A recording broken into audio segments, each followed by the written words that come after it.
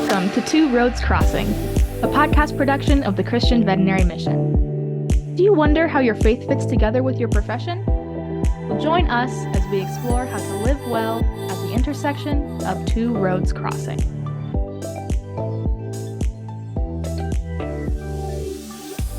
Welcome, everyone, to Two Roads Crossing. I'm your host, Curtis Gibbs, a pastor and a region rep with a Christian Veterinary Mission, and we love to explore the intersection of faith and veterinary medicine here. We thank you for listening, and we want to wish you all a happy new year. And we're joined today by Dr. Ferrin Peterson. Ferrin, welcome to the podcast today. Thank you for having me on, Curtis. We're so glad you're here, and so happy New Year and Merry Christmas and all that good stuff. I hope it was great for you. It was. Ready for 2025. Right. Let's hope this year will be even better than next year, right?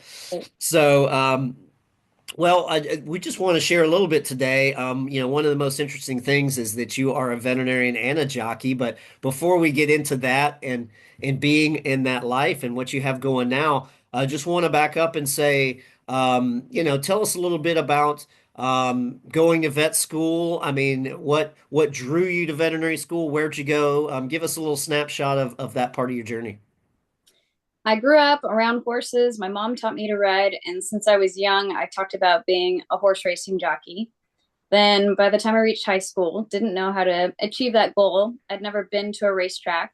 So my parents said, maybe you should consider something else. And I decided I could be a racetrack veterinarian. So I studied animal science pre-veterinary at Cal Poly San Luis Obispo and was accepted to UC Davis Veterinary School.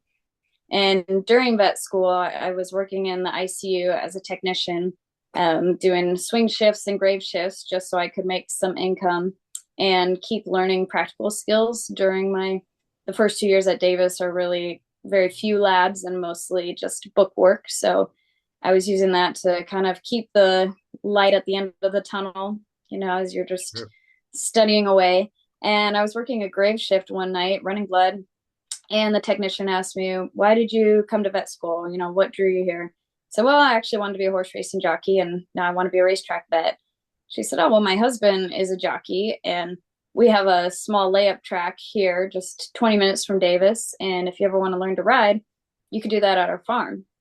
So I started going out there, and I just started learning how to ride. There was another farm that she took me to, and the lady was a racehorse trainer at the track Golden Gate Fields, which is about an hour from Davis in the Bay Area. And this lady, Ellen, she looked at me and I said, I want to learn to break babies on your farm. And she goes, no, you're too scrawny. It's too dangerous for you. You're in vet school. So I thought, but I want to wear her down. I want to learn this. Sure. So I decided to work for her repro vet instead in the spring. And I was doing full watch at night, still working at the ICU. So just taking up as much experience as I could with thoroughbreds, and got to just establish a relationship with her. So the next fall I asked her again, could I learn to break babies? She said, well, you can start, but if I decide it's too dangerous, then you need to quit.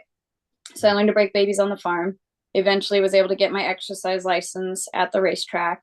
And in my second year of veterinary school, I would drive to Golden Gate Fields in the early morning. They opened at 5:30 for training, closed by 10. Then I would drive back to UC Davis and attend labs from noon till maybe 4 or 5. And then I would podcast my lectures in the evening. And I started veterinary school in 2015. So it was pre-COVID. So podcasting lectures was seldom done. They always had it available, but most students at that time were still attending class. So it was certainly an odd thing I was trying to do, but I loved it. And I was keeping up with my studies and just felt really fulfilled being able to continue riding horses while studying. And when I went into my third year of veterinary school, I thought, everyone keeps telling me I should be a jockey. Maybe I should try riding some races, get it out of my system, and then I can feel like I'll always have that credibility to stand on too when I'm working at the racetrack. Because while I would be doing externships at racetracks, I still was talked down to by the trainers, and they'd kind of say, oh, be careful around this horse. It's dangerous. These aren't show jumpers, and I'm petite and blonde. And I thought, this is going to take forever to get credibility from trainers. So if I can tell them that I was a jockey, then that will last me forever. So I started riding races and ended up realizing I did have a gift for it. I was riding a lot of long shots and not winning a lot, but hitting the board a lot, like seconds and thirds, and did have my fair share of wins. So I decided when I graduated, I want to try being a full-time jockey, see how talented I really am, and then continue doing veterinary medicine on the side. So I graduated in 2019, and we're just entering 2025, and I've continued doing that. Wow. Tell me what you love about horse racing. What drew you to that sport? I mean, it sounds like you knew as even as a kid, but what is it that really excites you about that? I love that it's the most natural thing for a horse just to run full speed in a herd and then the dominant horse to pull away. And I love that they learn what their job is, and you can see them down the lane pinning their ears at the horses next to them and stretching their nose out, and they know whether they've won or lost. And I also love, as I've gotten into it, that your horsemanship is challenged in such a way that often when we're on these horses, we've actually never been on their back before the race. We've been on a lot of other horses in the morning that we get on for the same trainers, but then they'll give you kind of a random out in their barn. So you might not know the horse at all. So you have about 5 to 10 minutes to warm that horse up, establish a relationship, get the horse to trust you to go through a hole, up the rail, come blasting out of a starting gate at full speed. So it's really like just developed my horsemanship so much faster than any other form of riding I've done. And the relationship of crossing the wire first. People have told me, you must be an adrenaline junkie. And I'm like, it's exciting. It's certainly fun to be standing in a starting gate, feeling the horse's heartbeat under your boot and breaking out of there at about 40 miles per hour. But really, it's the partnership and like knowing that we cross the wire together and that this is advancing my career, these wins, and I'm also advancing this horse's career. So it's very fulfilling. There's something about, I mean, I'm seeing this through the lens of being a bird dog guy, but it's fun like when you work in tandem with an animal and you're trying to accomplish something, you Yeah. know, but I have the same few dogs, like Mm-hmm. usually it's one at a time for me. So now I'm sitting here picturing, yeah, I can imagine like it being a lot harder to establish a relationship, if you will, like with a new horse. Like it's one thing if it's your horse you ride a lot, but Mm-hmm. it'd be a little different if you're riding a different horse all the time. It's got to make it challenging. It does. And they have different running styles. So you can study their past performances and try to figure out if the horse hasn't been running well. Well, has it always been, at the back of the pack? Would it be more confident in the front? Or is it always going to the lead and then stopping? So maybe I should tuck this horse in behind horses. So trying to think outside the box and think, okay, well, what has the jockey before me not tried that I could try? Yeah. Interesting. I love that. And I think that's something that some people could listen to for quite some time. Let me ask you this though, just as we spin toward the face side of things, what have you found the horse racing world or the jockey world to be like? What's that experience been like as you've kind of entered into that? What I really appreciate about it is the like rags to riches stories that you see. So many of the jockeys and grooms have come from developing countries, and then they get on, some horse ends up making their story. It's like anyone who's watched Seabiscuit or Secretariat, like sometimes it just takes one horse.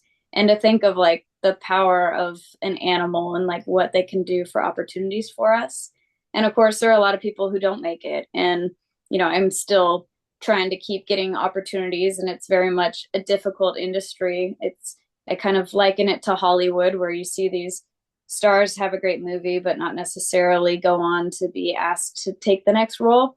So it makes you very resilient, but just seeing people get opportunity that they would have never gotten in their home country, and now they can send that money back.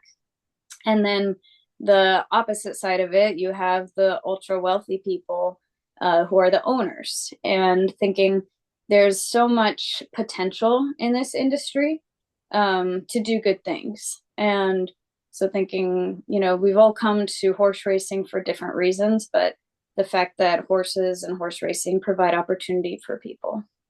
Yeah, I mean, it seems like a very great spot to be able to shine a light, of your faith and you know Mm-hmm. share about Christ in whatever way, through word or through action, that you can, because you are, like you say, rubbing shoulders with ultra wealthy, but also jockeys, and also, I mean, it's an interesting thing because you're a veterinarian and a jockey. How many veterinarians jockeys have you met? I can't imagine there'd be that many. I've heard I'm the only one, at least that's a US licensed Yeah. veterinarian and jockey. I've met a few others who went the other route, who were jockeys first and later went to veterinary school. So I've met two who work at the track now.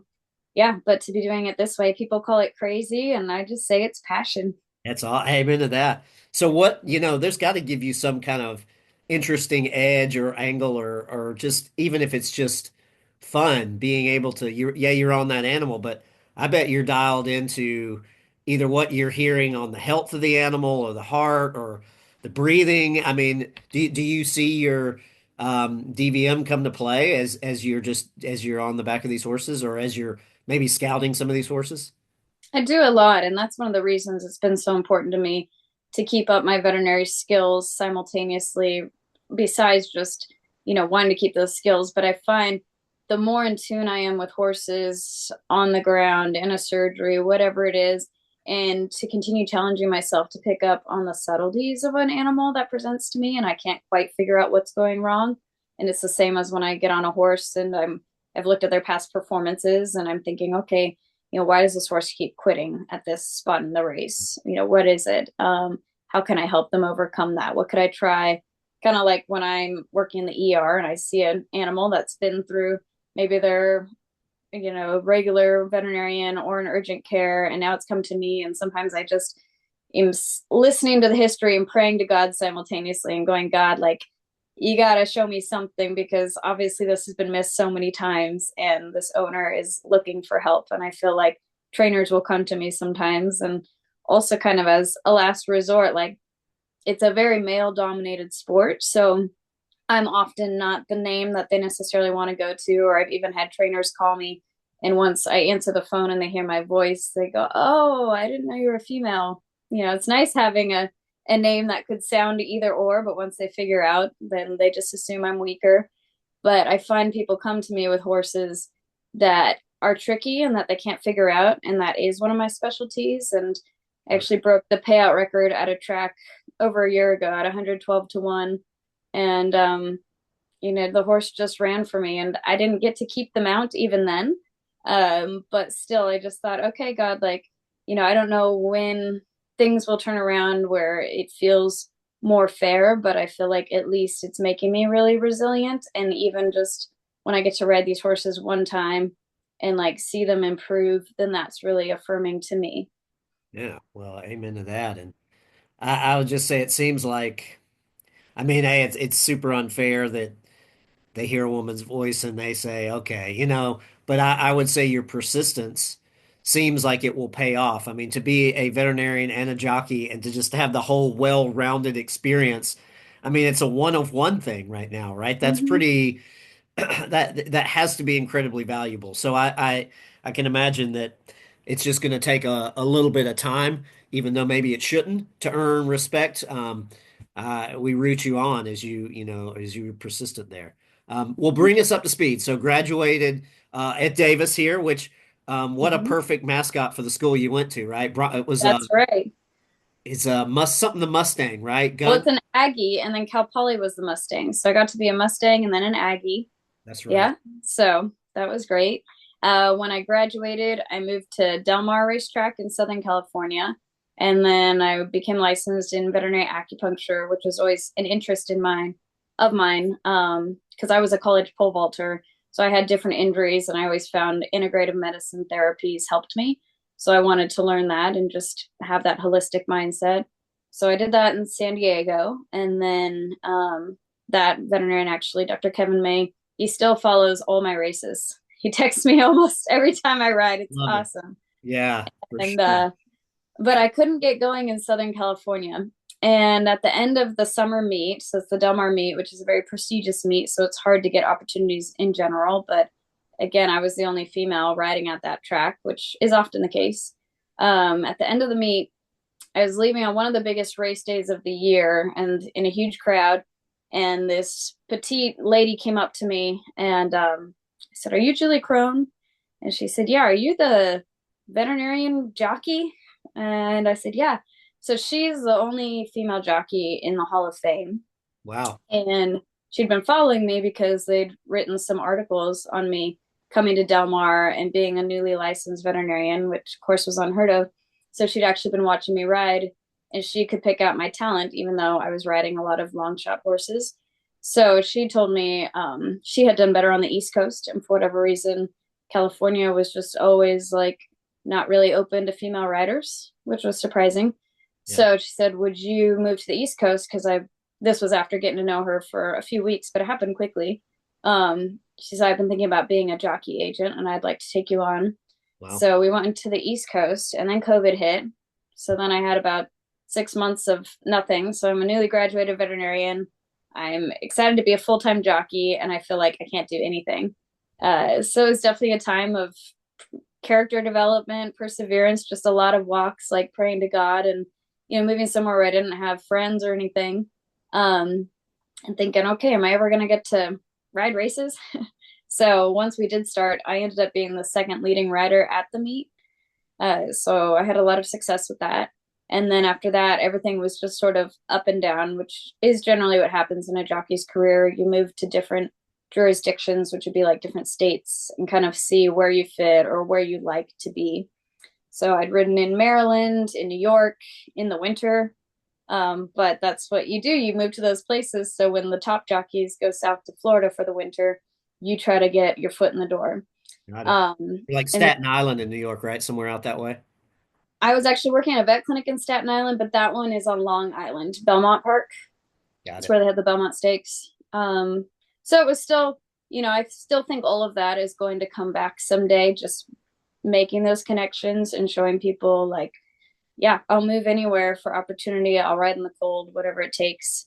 And then I moved to Kentucky because I'd always wanted to end up there. I did a lot of externships during school out there. And I wanted to work at Haggard, the equine clinic. So I found a great mentor, Dr. Bob Hunt. He's a surgeon. So he took me under his wing for a year. And I wasn't planning to become an equine surgeon, but just to have a really like confident answer when I'm out in the field and I know like, okay, should I refer this in for surgery? This to be able to tell clients kind of what the process will be like, what's the prognosis. And the caseload that Dr. Hunt takes on is amazing. I've never seen so many surgeries done in one day. And so that was a great opportunity. And then the following year, just to find something that worked better with my hours, because in Kentucky, you can ride in Indiana and Ohio. And then Kentucky might race like Wednesday through Sunday, and those tracks will be like Monday through Thursday. So you can race any day of the week if you have horses that people are asking you to ride and you're willing to drive. So I needed to find something that was flexible and that I could do at night. So an urgent care opened up in Louisville, Kentucky, and a friend told me about it. So I decided to apply because I'd worked at a general practice a couple years ago in Staten Island, and they hired me, and I worked the second opening day, and there was a line out the door, and there were no other vets. Like this practice, you're the only vet on, and you have 5 techs, which actually the more techs, the more cases you can simultaneously juggle. So it was A like, lot of juggling, though. it was a hit the ground running and like self-taught, but I had discovered Vet Girl, and I started going through their ER course. So they had a basic ER course and an advanced ER course, and it just really motivated me to learn. And I became very passionate about it. And after about 3 months, I got to the point where I could come into the urgent care and not feel stressed, wondering like, what's going to come in? I've crammed all this information in my head this week. I wonder if that's going to be the clinical presentation or if I'm going to get something I've never seen. So I finally got to a place of comfort. But whenever I get to comfort, it's like, all right, time to raise the bar. So I wanted to learn emergency medicine because anything I can't take care of, I refer to the ER. So I wanted to learn that side. So I was riding in Cleveland, Ohio, and then I would come back to Kentucky every weekend to keep getting on horses, ride occasional races, to keep my foot in the door and grow my business in Kentucky. But I decided I could ride horses that were more like favored to win in Ohio, even though it's a lesser circuit. But right now I'm still building up my reputation in Kentucky to get those opportunities. So it's a 5.5 hour drive, but I would do it every week.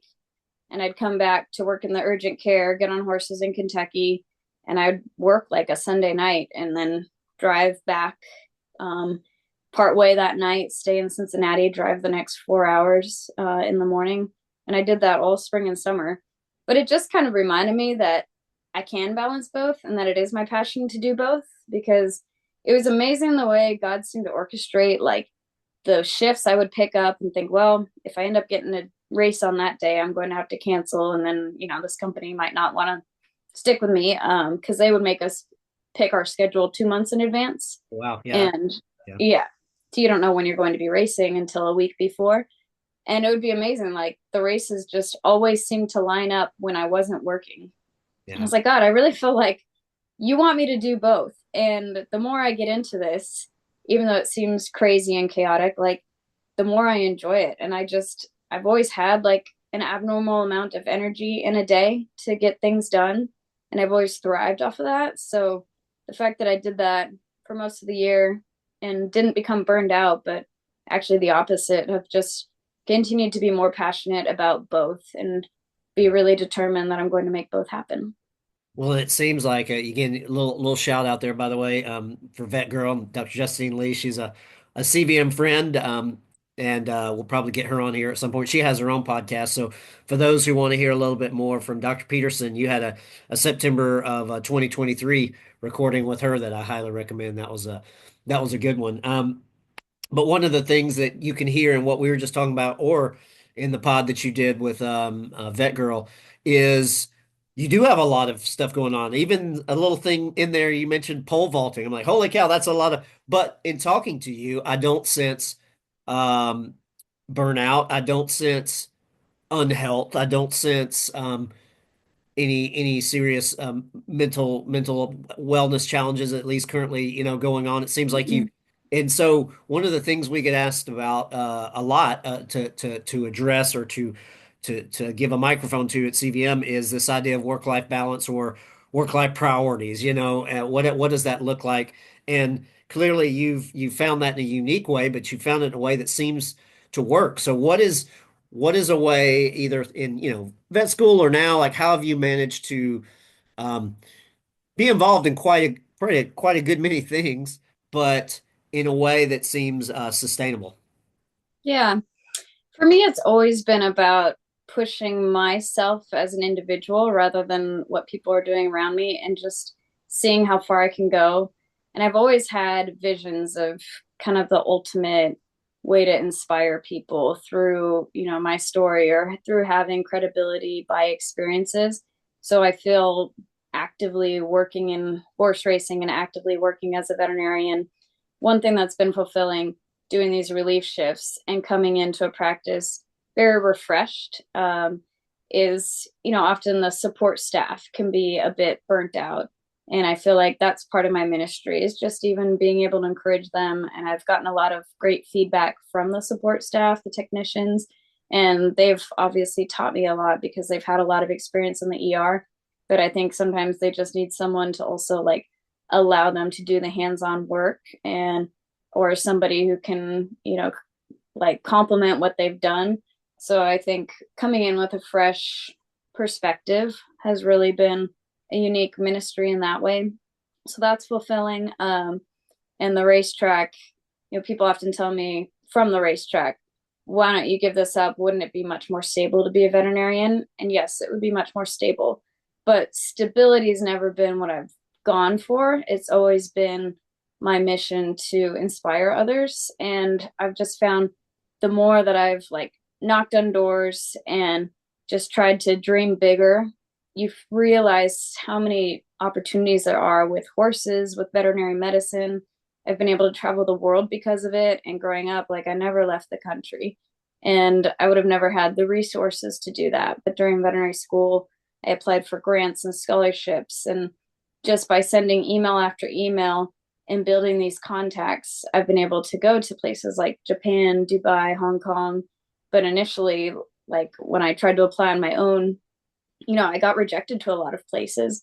And I think that served me well as a jockey, because you have to be used to rejection and you have to keep coming back and knocking on the door again and just showing politely that you're not giving up and you're not going away. So I guess with the burnout, it depends on the individual. And I know a lot of people, I hear from hiring managers that people are asking much more about the hours. And even in my ER position, that a lot of people don't want to do ER because they don't want to work evenings. And I'm sure that all depends, like, if you're raising a family or something like that. But for me, it's just always about like building myself up and like kind of my skill set, my way with animals. And I love both fields. And they're both fields where you'll never learn enough. Like a lot of the top jockeys are actually, well, not a lot, but selective ones who are at the top of their game are in their 50s. And, basketball players and football players wouldn't make it that long. Yeah. But I believe one of the reasons they excel is because so much of it is the horsemanship and learning to connect with each individual horse and think outside the box of how you're going to get that horse to run for you. And there's just so many subtleties and ways that you can improve that take years. And just like veterinary medicine, like, when you get to the point of feeling like you don't need to improve, then you're probably done. Yeah. Wow.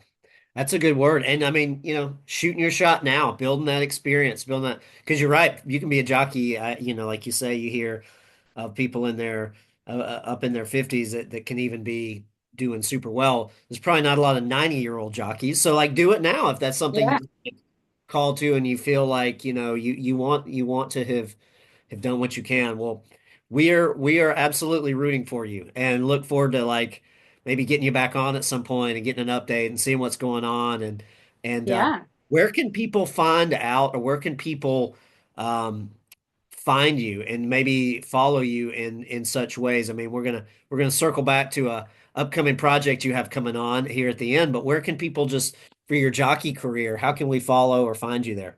Yeah, so I have a website, ferrinpeterson.com. I'm on Instagram, Facebook, Twitter. So I post pretty regularly on those. And I try to interact with people who comment and, build up relationships that way, which is actually neat because I feel like I've had fans from different tracks where I've ridden who have become friends and I've never met them, but they still follow all of my races and, give me their feedback. And it's really kind of a neat way to just meet people around the country, around the world. And social media can be a great thing in that way. Absolutely. I was pulling up my phone to hit a follow right now. So Oh, great. so we'll awesome. Well, let's end. We're gonna kind of wrap it here with kind of three big questions we love to ask. So I'll start with this one. What is something that you are reading or listening to right now that you've just found just it's been really good, been really fulfilling for you to read or listen to? Yeah. One of the podcasts I listen to pretty regularly is the Crazy Love podcast by Francis Chan. And I love his mission mindset. I love his giving mindset. And I've always just tried to keep those two things at the forefront of my faith and just kind of how yeah, do my lifestyle. And just challenging yourself, like, if God's going to bless you with finances, which, in my career, some months are really lean, some are better than others, depending on how the horses are running, what kind of opportunities I'm getting, but just always challenging your faith in that way. And I just love, yeah, how Francis Chan just absolutely goes for it. So he is very inspiring to me. And then I just started, I like to listen to a lot of biographies, often of athletes or entrepreneurs and just people who had to keep struggling because often all we know is the end result. So I just started one called Shoe Dog about the founder of Nike. And it's been really encouraging so far because it's early on and he keeps getting shot down for his idea and people are going, his father's saying, why are you becoming a shoe salesman? You have your CPA license. So again, things that resonate with me where probably all of my career, I'm going to have people ask me, why are you a jockey when you can be a veterinarian? And I'm always answer them, well, I am a veterinarian. So, and I am practicing. I'm just doing both.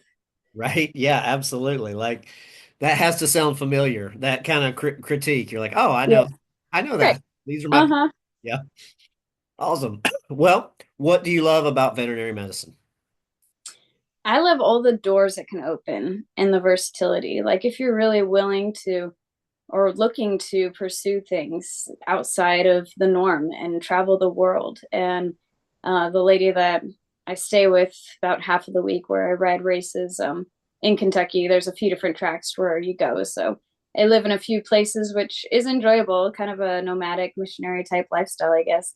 But she went to Ohio State and she worked in, well, she did her residency at UC Davis in surgery, worked at the Dubai Equine Hospital for, I think, 20 years. And now she works at different endurance races around the world. So finding those people and realizing those jobs are out there, you have to do some digging, but I think there's such a strong network in veterinary medicine. And I think if you just start, the internet's a great resource, but just building those relationships, and obviously you have followers on CVM. And so just reading about these different missionaries, where they are in the world and realizing, yeah, there are so many ways that you can like help people through their animals, and whether it's going to be locally or if you're out in Mongolia or, whatever it is, just that animals mean so much to people, and that by us helping animals, like we can really make an impact on people's lives. Amen. And finally, what's one last encouraging thing you'd like to thought or word you'd like to leave with our listeners? Um, I'd say just keep moving forward. And that's something that I recently heard in this book I'm reading about the Nike founder. It sounds like my life. I've had friends say, "Oh, you live such a fairy tale of a life." And it's like, no, it's actually like been very discouraging at times. But I just always move forward. And so when one door closes and I don't know where the next open door is, well, I know God knows where that door is. And I really believe I'm in the center of his will. So just continuing to knock on doors, like asking, just showing up to veterinary hospitals and bringing in your resume. And, if one person rejects you, that doesn't mean that your value is any less. You just need to keep looking, and then the right opportunity will eventually come. And same with horse racing. There's a lot of ups and downs, and you don't understand why you're taking off horses sometimes, but to just keep moving forward. And, sometimes I just tell myself in 1 month, like, you won't be thinking about this right now. You just hit those slumps. And I think a lot of successful people, from reading biographies, they hit a lot of slumps because you're trying to do something that's difficult. And that's a good thing. Yeah, I mean, there's a social media world where we just see some of the highs and lows, but I mean, you alluded to moments you've been, you know, late night in the second week of the new ER or on a late night drive back and forth to Cleveland, Ohio. Those got to be some, the Yes. rejection letters one after the other. There are those moments, and that's awesome to encourage people to just keep moving forward through that. Yeah. Yeah. Well, last thing then, you are soon to be launching a podcast yourself. Tell us about that, when it starts, and where we can find you. Yeah. I have been brainstorming about this podcast for the past year, and the name is Boundless. And the idea is the boundless opportunities. It's starting with interviewing several Hall of Fame jockeys and also horse racing owners. Eventually, I'll be opening that into veterinarians. And I thought, mentorship is so key, and finding out about these people's stories, which is one of the reasons I'm so drawn to biographies and finding out people's struggles. And I've developed a lot of mentors over the years, probably out of, things being tough and having to reach out to jockeys for mentorship who are now retired. And then, one of them won the Triple Crown at 18. He's going to be my first podcast interviewer, and quite a few Kentucky Derby winners. And everyone, though, has a story of struggle.